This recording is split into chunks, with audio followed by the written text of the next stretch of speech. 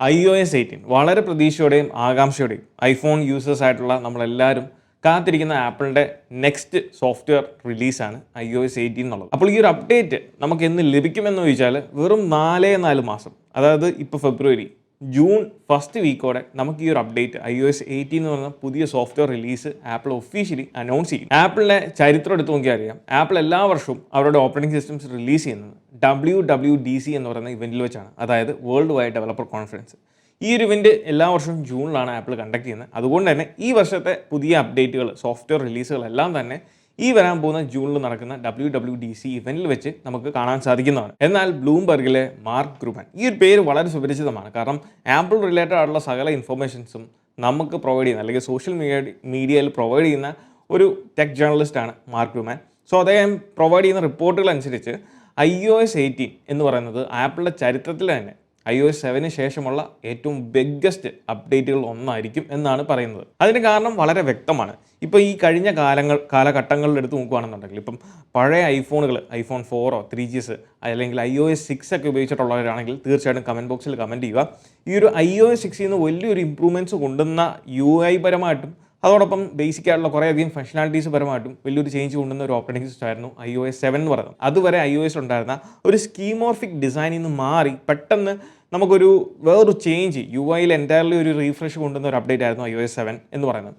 UI പരമായിട്ട് നോക്കിയാൽ അറിയാം, കഴിഞ്ഞ 2 അപ്ഡേറ്റുകൾ 16ഉം 17ഉം നമുക്ക് യൂസറിന് ലോക്ക് സ്ക്രീനിലൊക്കെ customisation, home screen customisation options കൊണ്ടുവന്നു. 17ലേക്ക് വന്നപ്പോൾ നമുക്ക് കോൺടാക്റ്റുകൾ നമുക്ക് കസ്റ്റമൈസ് ചെയ്യാം, കുറച്ചും കൂടി യുണീക്ക് ആകാം, അതിനൊരു ക്യാരക്ടറൊക്കെ കൊടുക്കാൻ പറ്റുന്ന രീതിയിലുള്ള കുറേയധികം UI പരമായിട്ടുള്ള കസ്റ്റമൈസേഷൻ ഓപ്ഷൻസ് വന്നു.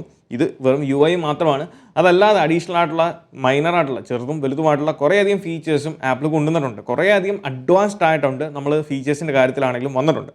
എങ്കിലും ഇപ്പോഴത്തെ ഒരു ട്രെൻഡ് നമുക്കറിയാം, ലേറ്റസ്റ്റ് ആയിട്ട് ഇപ്പോൾ ഇറങ്ങിയിരിക്കുന്ന വിഷൻ പ്രോ എന്ന് പറയുന്ന, അതിൽ വിഷൻ പ്രോ റൺ ചെയ്യുന്ന ഓപ്പറേറ്റിംഗ് സിസ്റ്റത്തിൻ്റെ പേരാണ് വിഷൻ OS. അതിൽ UI പരമായിട്ട് കുറേയധികം ചേഞ്ചസ് കാണാൻ സാധിക്കും. ഇപ്പം ഐക്കൺസിൻ്റെ കാര്യമാണെങ്കിലും അതോടൊപ്പം തന്നെ അതിൻ്റെ യൂസർ ഇൻ്റർഫേസ്, ഓരോ ആപ്ലിക്കേഷൻസിൻ്റെ യൂസർ ഇൻ്റർഫേസിൻ്റെ കാര്യമാണെങ്കിലും നമുക്കൊരു ഗ്ലാസി ഡിസൈനും കാര്യങ്ങളൊക്കെ കാണാൻ സാധിക്കും. സോ വിഷൻ OSൽ വന്നേക്കുന്ന എല്ലാ മാറ്റങ്ങളും iOSലേക്ക് അല്ലെങ്കിൽ iOS 18ലേക്ക് വരും എന്നല്ല, അവിടുന്ന് കുറേയധികം ഐഡിയോളജീസ് തീർച്ചയായിട്ടും കടം എടുക്കും എന്നാണ് UIയുടെ കാര്യത്തിൽ, യൂസർ ഇൻ്റർഫേസിൻ്റെ കാര്യത്തിൽ അറിയാൻ സാധിക്കുന്നത്. രണ്ടാമത് iOS 18ൽ ഞാൻ ഏറ്റവും കൂടുതൽ പ്രതീക്ഷിക്കുന്ന അല്ലെങ്കിൽ എക്സ്പെക്ട് ചെയ്യുന്ന ഒരു കാര്യമാണ് ഈ ഒരു പോയിന്റ് എന്ന് പറയുന്നത്, അതാണ് ജനറേറ്റീവ് AI എന്നുള്ളത്. നിലവിലെ മാർക്കറ്റിൽ ഈ ഫോണിൻ്റെ ഹാർഡ്വെയർ പരമായിട്ടുള്ള കാര്യങ്ങളും സോഫ്റ്റ്വെയർ UI പരമായിട്ടുള്ള കാര്യങ്ങളൊക്കെ എടുത്ത് മാറ്റി നിർത്തി, അല്ലെങ്കിൽ ഡിസൈൻ പരമായിട്ടുള്ള കാര്യങ്ങളും മാറ്റി നിർത്തി കഴിഞ്ഞാൽ മാർക്കറ്റിൽ ഇപ്പം വന്നുകൊണ്ടിരിക്കുന്ന വളരെ ബൂമിംഗ് ആയിട്ടുള്ള ട്രെൻഡുള്ള ഒരു കാര്യമാണ് ഇതിനകത്ത് ആർട്ടിഫിഷ്യൽ ഇൻ്റലിജൻസിൻ്റെ കുറേയധികം ഇൻ്റഗ്രേഷൻ, അല്ലെങ്കിൽ AI എന്നുള്ളതിൻ്റെ ഇൻ്റഗ്രേഷൻ. സോ അതിലേക്ക് ആപ്പിളും വരുന്നു. വളരെ റീസെൻ്റ്ലി സാംസങ്ങും ഗൂഗിളിൻ്റെ കാര്യം എടുത്ത് നോക്കിയാൽ അറിയാം, സാംസങ് S24 അൾട്ര അല്ലെങ്കിൽ സീരീസ് കൊണ്ടുവന്നു. അതുപോലെ തന്നെ ഗൂഗിൾ ആണെങ്കിലും Pixel 8 സീരീസ് കൊണ്ടുവന്നു. ഇതിലെല്ലാം ഈ ഒരു ഡിവൈസിനോടൊപ്പം തന്നെ അവർ കൊണ്ടുവന്ന വലിയൊരു ഇൻ്റഗ്രേഷൻ എന്ന് പറയുന്നത് ആർട്ടിഫിഷ്യൽ ഇൻ്റലിജൻസിനാണ്, AI. അതിലാണ് സാംസങ്ങിന് ഗാലക്സി AI എന്ന് പറഞ്ഞ പുതിയൊരു ഫീച്ചർ കൊണ്ടുവന്നു. അതോടൊപ്പം AI പരമായിട്ടുള്ള കുറേയധികം ഫംഗ്ഷനാലിറ്റീസ്, ഇപ്പം വാൾപേപ്പർ ജനറേറ്റ് ചെയ്യുന്നു.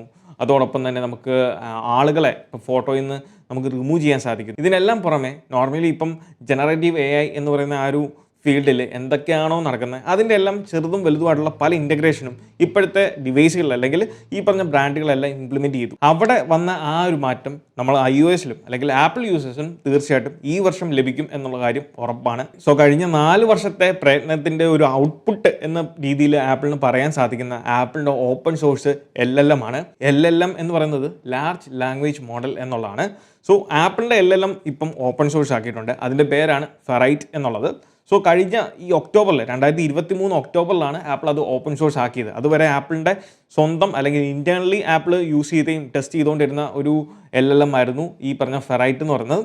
വളരെ റീസെൻ്റ്ലി ആപ്പിൾ അത് ഓപ്പൺ സോഴ്സ് ആക്കി. ഓപ്പൺ സോഴ്സ് ആക്കിയതിൻ്റെ കാര്യം നമുക്കറിയാം, സ്വിഫ്റ്റ് ആപ്പിളിൻ്റെ സ്വന്തം പ്രോഗ്രാമിംഗ് ലാംഗ്വേജ് ആണ് സ്വിഫ്റ്റ്.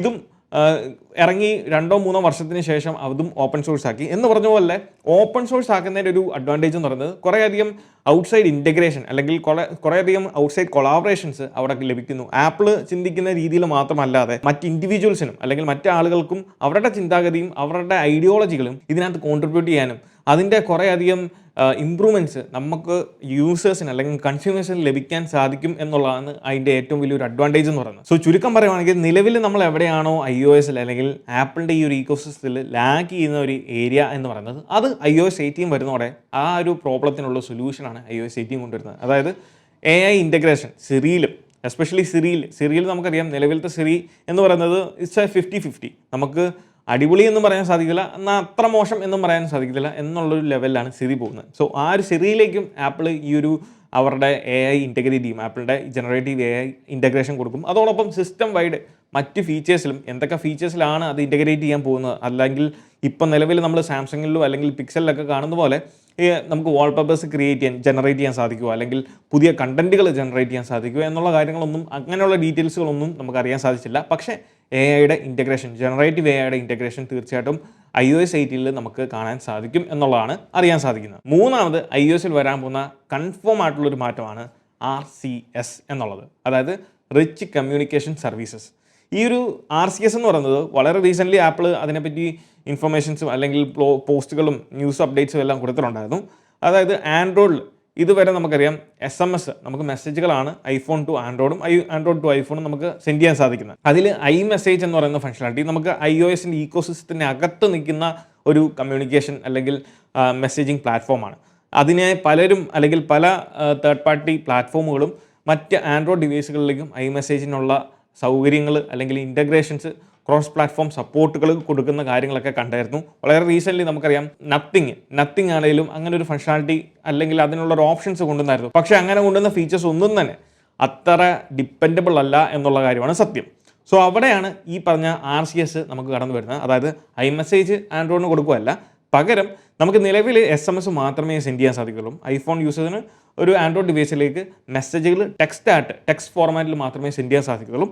അതിന് പകരം അഡീഷണൽ ആയിട്ടുള്ള കുറച്ചും കൂടി ഇമ്പ്രൂവ്മെൻറ്റ്സ്, അതായത് നമുക്ക് ഫോട്ടോ, വീഡിയോ ഇങ്ങനെയുള്ള കാര്യങ്ങളെല്ലാം നിങ്ങൾക്ക് ഹൈ ക്വാളിറ്റിയിൽ സെൻഡ് ചെയ്യാൻ സാധിക്കുന്ന ആ ഒരു ഫോർമാറ്റ് അല്ലെങ്കിൽ ആ ഒരു ടെക്നോളജി അല്ലെങ്കിൽ ഫീച്ചറാണ് RCS എന്ന് പറയുന്നത്. അതുകൊണ്ട് തന്നെ iOS 18 മുതൽ നമുക്ക് ആൻഡ്രോയിഡ് ഡിവൈസിലും നമുക്ക് നോർമലി ഇപ്പം വാട്സാപ്പിൽ നിങ്ങൾക്ക് അയക്കേണ്ട എന്നുണ്ടെങ്കിൽ നിങ്ങൾക്ക് നോർമൽ മെസ്സേജായിട്ട് ഫോട്ടോസും വീഡിയോസും എല്ലാ കാര്യങ്ങളും ഷെയർ ചെയ്യാൻ സാധിക്കും. അതോടൊപ്പം ഇമോജി റിയാക്ഷൻസും നിലവിൽ നമുക്കറിയാം iMessage to iMessage emoji reactions ഉണ്ട്, വാട്സാപ്പിൽ നമുക്ക് ഇമോജി റിയാക്ഷൻസ് ഉണ്ട് എന്ന് പറഞ്ഞ പോലെ ടെക്സ്റ്റ് പരമായിട്ട് നമുക്ക് ഇമോജി റിയാക്ഷൻസും ലഭിക്കും. സോ ഇതിലെ നാലാമത്തെയും ഏറ്റവും അവസാനത്തെ പോയിന്റാണ് സൈഡ് ലോഡിംഗ് എന്നുള്ളത്. കഴിഞ്ഞ ഏറ്റവും അവസാനം ചെയ്ത വീഡിയോ ആയിരുന്നു iOS 17.4 എന്ന് പറഞ്ഞ ബെയ്റ്റാൽ ഇപ്പോൾ റൺ ചെയ്യുന്ന അപ്ഡേറ്റിനെ പറ്റി. ആ ഒരു വീഡിയോയിൽ നമ്മൾ പ്രത്യേകം മെൻഷൻ ചെയ്ത കാര്യമാണ്, നിലവിൽ iOS 17.4 അപ്ഡേറ്റ് റിലീസ് ചെയ്യുമ്പം യൂറോപ്യൻ യൂണിയനിൽ മൊത്തത്തിൽ അല്ലെങ്കിൽ യൂറോപ്യൻ യൂണിയൻ്റെ അണ്ടറിലുള്ള എല്ലാ രാജ്യങ്ങളിലും ആപ്പിൾ സൈഡ് ലോഡിംഗ് എന്ന് പറയുന്ന സപ്പോർട്ട് കൊടുക്കും. സൈഡ് ലോഡിംഗ് നമുക്കറിയാം വെളിയിൽ നിന്ന്, ആപ്പ് സ്റ്റോറിൽ നിന്ന് മാത്രമല്ല വെളിയിൽ നിന്ന് നമുക്ക് ആപ്ലിക്കേഷൻസ് ഡൗൺലോഡ് ചെയ്ത് ഇൻസ്റ്റാൾ ചെയ്യാൻ സാധിക്കുന്ന ആ ഒരു സൗകര്യം അല്ലെങ്കിൽ ഓപ്ഷനാണ് സൈഡ് ലോഡിംഗ് എന്ന് പറയുന്നത്. സോ അതിൻ്റെ സപ്പോർട്ട് ആപ്പിൾ iOS 17.4 മുതൽ കൊണ്ടുവരുന്നു. നിലവിൽ അത് യൂറോപ്യൻ യൂണിയനിൽ മാത്രമായിട്ട് ഒതുങ്ങി നിൽക്കുന്ന കാര്യമാണ്. അത് മറ്റ് രാജ്യങ്ങളിലേക്ക് വരുന്നത് മിക്കവാറും iOS 18 ആയിരിക്കും. അപ്പോൾ ഈ 4 പ്രധാനപ്പെട്ട മാറ്റങ്ങളാണ് iOS 18 നമ്മൾ എക്സ്പെക്ട് ചെയ്യുന്നത്. UI, ജനറേറ്റീവ് AI, മൂന്നാമത്തെ RCS, നാലാമത്തെ സൈഡ് ലോഡിംഗ്. ഇങ്ങനെ 4 പ്രധാനപ്പെട്ട മാറ്റങ്ങളാണ് iOS 18 നമ്മൾ എക്സ്പെക്ട് ചെയ്യുന്നത്. അപ്പോൾ ഈ ഒരു വീഡിയോ നിങ്ങൾക്ക് ഇഷ്ടമായെന്ന് വിചാരിക്കുന്നു. ഈ വീഡിയോ ഇഷ്ടമായാൽ തീർച്ചയായിട്ടും പോയി നമ്മൾ ലൈക്ക് ബട്ടൺ സ്മാഷ് ചെയ്യുക. So once again this is me Milan. Catch you guys next video. Till then, peace.